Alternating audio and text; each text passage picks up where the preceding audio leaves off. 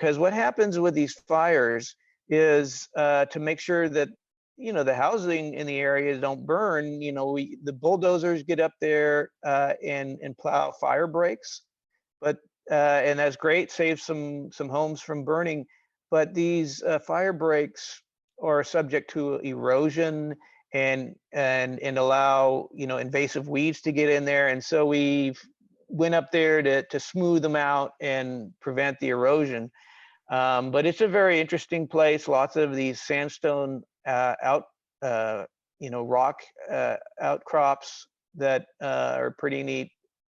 And you can see the Almaden Valley in southern San Jose from there, and what it looked like after it burned. Now, these are mostly sagebrush, various black sage and California sagebrush that burn to the ground, but they resprout from the roots. On the north sides of the hill, so these are the south west facing, and so they get a lot of sun. So it's mostly the sagebrush. On the north side of the hills, where it's a little cooler and shadier, there is a lot of oak trees and buckeye trees and such. Again, these have greened up since the fire. So some of the other areas I'd like to show you about Coyote Valley. One property that is open to the public, one that they're working on getting open to the public, but is not open yet. They need to clean the properties and do environmental assessments and a lot of planning to figure out, what the right way to do is, if there's endangered species and such. And that, again, this is the north part of Coyote Valley. Again, it's important for to recharge the underground aquifers. But also important for water to prevent flooding.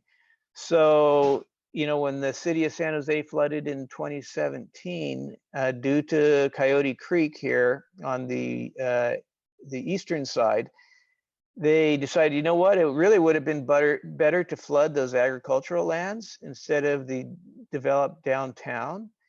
And in fact, on the west side, Fisher Creek there is not natural. These areas used to pond up, the water just fanned out and filled Laguna Seca wetland, and then percolated down and recharged the aquifers. When the agricultural interests came in there, they wanted to drain the swamp, and so they created Fisher Creek to drain the water off quickly. So now that aggravates, high flood events in Coyote Creek, and so now there's an opportunity to restore these wetlands. And of course, it's important for wildlife. At the time, I didn't see it. I had my head down in some documents there or something, but I saw this picture and I was like, oh, look at that. There's a oops.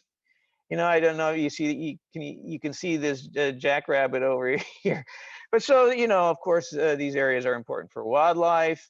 Again, this is that Laguna Seca when, in the future, hopefully it'll be restored where it'll be getting a lot more water. Now it just kind of floods out in the high rain events. But the waterfowl love it still, and it'll just be fantastic when it's restored. Be so much wildlife and waterfowl. But there's still agriculture going on, and agriculture is still an important activity, and hopefully we can get some locally grown fresh fruits and vegetables into our hospitals and schools. And there's various things done, some fruits and vegetables, a lot of just hay and alfalfa, but some folks have invested in a walnut orchard here. Water is not too much of an issue. It's got a very high water table. But at any rate, there's still investments going on in agriculture. And more so now that it's clear it's going to remain in agriculture and not get developed. And so this is a hayfield that is now largely owned by the Open Space Authority with the purchase of the Tilton Ranch. Most of that land is the hills behind it, but included some of this valley floor land. This is their Santa Clara Valley Open Space Preserve. After some rains, I went out there. I happened to be in the wintertime. And you can see there's standing water out there when I took this photograph. But it's a beautiful property, great place to go hiking. The trail goes up from the valley floor up on the hill, and you can look out and see Coyote Valley. And Sierra Club has done some hikes. I think this was one that Sean led. But at any rate, we had Tanya Diamond with Pathways for Wildlife give us a lesson on how to track animals. By looking at the paw prints and stuff is what we learned. And scat, which was fun. But this was something that she and her husband, Higa Snyder, who run Pathways for Wildlife, did, is a study for the Open Space Authority of where the wildlife are moving. So this was radio-collared bobcats. Each color represented a different bobcat and its movements. And so you can see that bobcats are pretty territorial, but they overlap. And they connect this vast habitat of the Diablo Range to the east and the Santa Cruz Mountains to the west.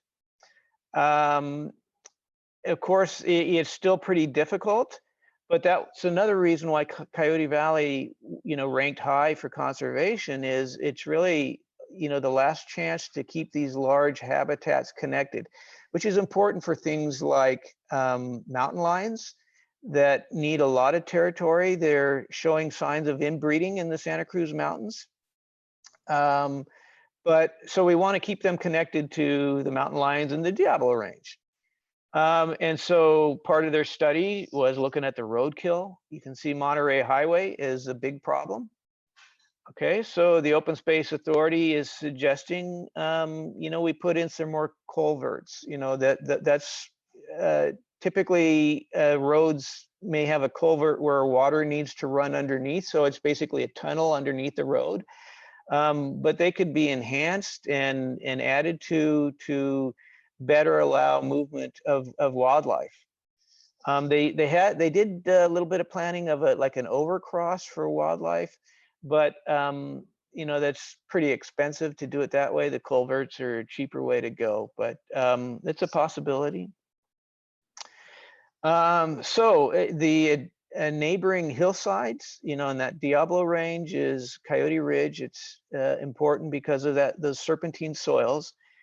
And also other wildlife.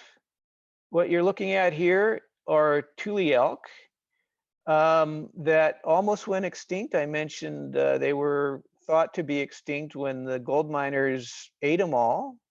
But it really was just like a half a dozen that were found down in Bakersfield, and since have slowly been repopulating, and now there's probably maybe about 10,000 of them in California, with several hundred in this area. Yeah, Cynthia, you have a question? Sorry to interrupt, but I wanted to make sure, was going to ask you if you will be discussing the wildlife corridor in any further detail. No, I don't have plans to. I'll be happy to, I don't really have a lot more to offer. I think, do you have a specific question? Well, I know there's a lot of planning and preparation and marketing around, making that known to the public and how it would benefit the wildlife of the Coyote Valley. And I think that's a serious long-term project priority for the Open Space Authority, for the community. So I just haven't.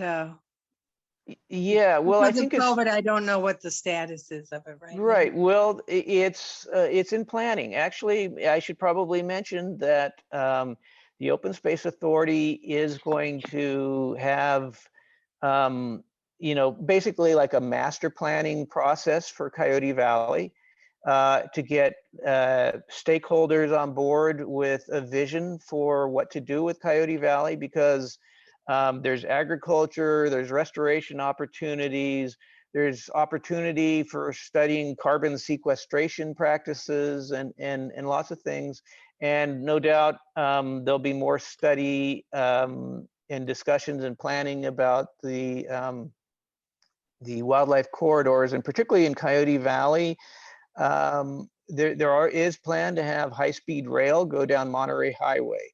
And so particularly if that really happens, there will be some construction and opportunities to build wildlife corridors.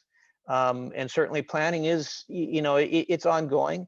It's also, this is not the only place where it's important. Down in South County, they're also looking at both the Open Space Authority and the Habitat Agency, Peninsula Open Space Trust, are looking at wildlife movement, pretty much again, east-west down in South County. But also, I showed that map of the Habitat Agency. They had some wildlife corridors mapped. I know that Tanya Diamond and Higa Snyder are doing work elsewhere in the county. They're working on that Highway 17 project to put in a culvert under Highway 17 so the mountain lions can move there. So there is lots of work going on, but that's about the extent of my knowledge. So I hope that helps. Yeah, I could go to the website. I mean, I think what's on the website is what's been there for a while. Yeah, there are. I just reiterate the fact that their website does have documentation both about about all kinds of things, including a Monterey Highway study and the bobcat studies of where the bobcats like to move and such. So you might find some more information. But you're right, I haven't heard much lately. But it's certainly a critical issue that I know they're going to continue looking at. I believe that within the last year, there were some other wildlife corridors in other parts of the West that were approved. And I think we were tracking that as it bode well for possibly getting ours through. So that's the last. Yeah, well, good. Yeah. It is an important issue that's being recognized more and more by the agencies, the Department of Transportation and such, that they have to start thinking about, the movement of wildlife. It's something that was completely ignored for decades. But it is certainly getting more attention, and something that, when our conservation activists review environmental impact reports, we always look at is how will it affect the wildlife movement. So thanks for asking. As far as, we've got another question. Go ahead, Terry. Before you leave the Thule elk, where do they hang out? Yeah, well, okay, I was going to get to that. Okay. So in the spring, the moms go down and hide in the canyons and give birth. But early in the spring, they come on the lower areas of the hills. In this area, it's, Coyote Ridge, and come down near to, sometimes you can see them from Highway 101, if you really have a sharp eye and are lucky. And then later in the summer, they move back to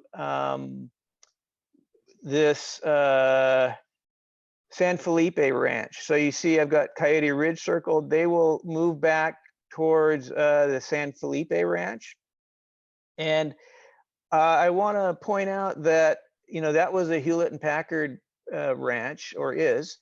And in 1978, a guy named Henry Coletto, who worked for the Fish and Wildlife Service, had 20 elk that he was trying to reintroduce to Santa Clara County, and 20 antelope. And he went around to all the ranchers that owned land and said, hey, you know, will you take some elk? And they all said, no, why do we want these things? They're nothing but trouble, competing with our cattle, knocking down fences, and why would we want them? But Hewlett and, you know, Dave Packard and Bill Hewlett said, yeah, we'll take them. And so from those 20 elk, we now have several hundred in several herds that you see here as an example. And they move about. I think if we made it easier for them, sometimes, rarely, they will come down underneath where the Guadalupe, or I mean the Coyote Creek goes under Highway 101, and they get out to the golf course. They've been sighted at the golf course. I'm hoping one day they will be down in Laguna Seca in the Tules with some restored Tules and be Tule elk down in Laguna Seca and make their way over to Santa Cruz Mountains. There's really no reason why they couldn't move around more than they do.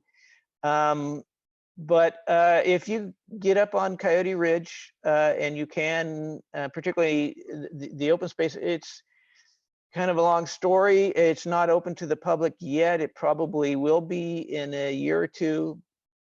But the Open Space Authority does, and Cynthia, who helps out with the Open Space Authority,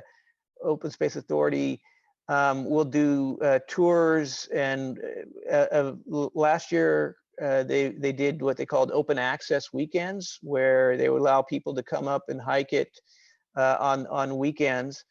But because of the endangered species, they control it carefully. And if you go early in the spring, it's not unusual to see the elk up fairly close, often in a herd like this, early in the spring. Later, it's not unusual to come across an elk or two as they walk by.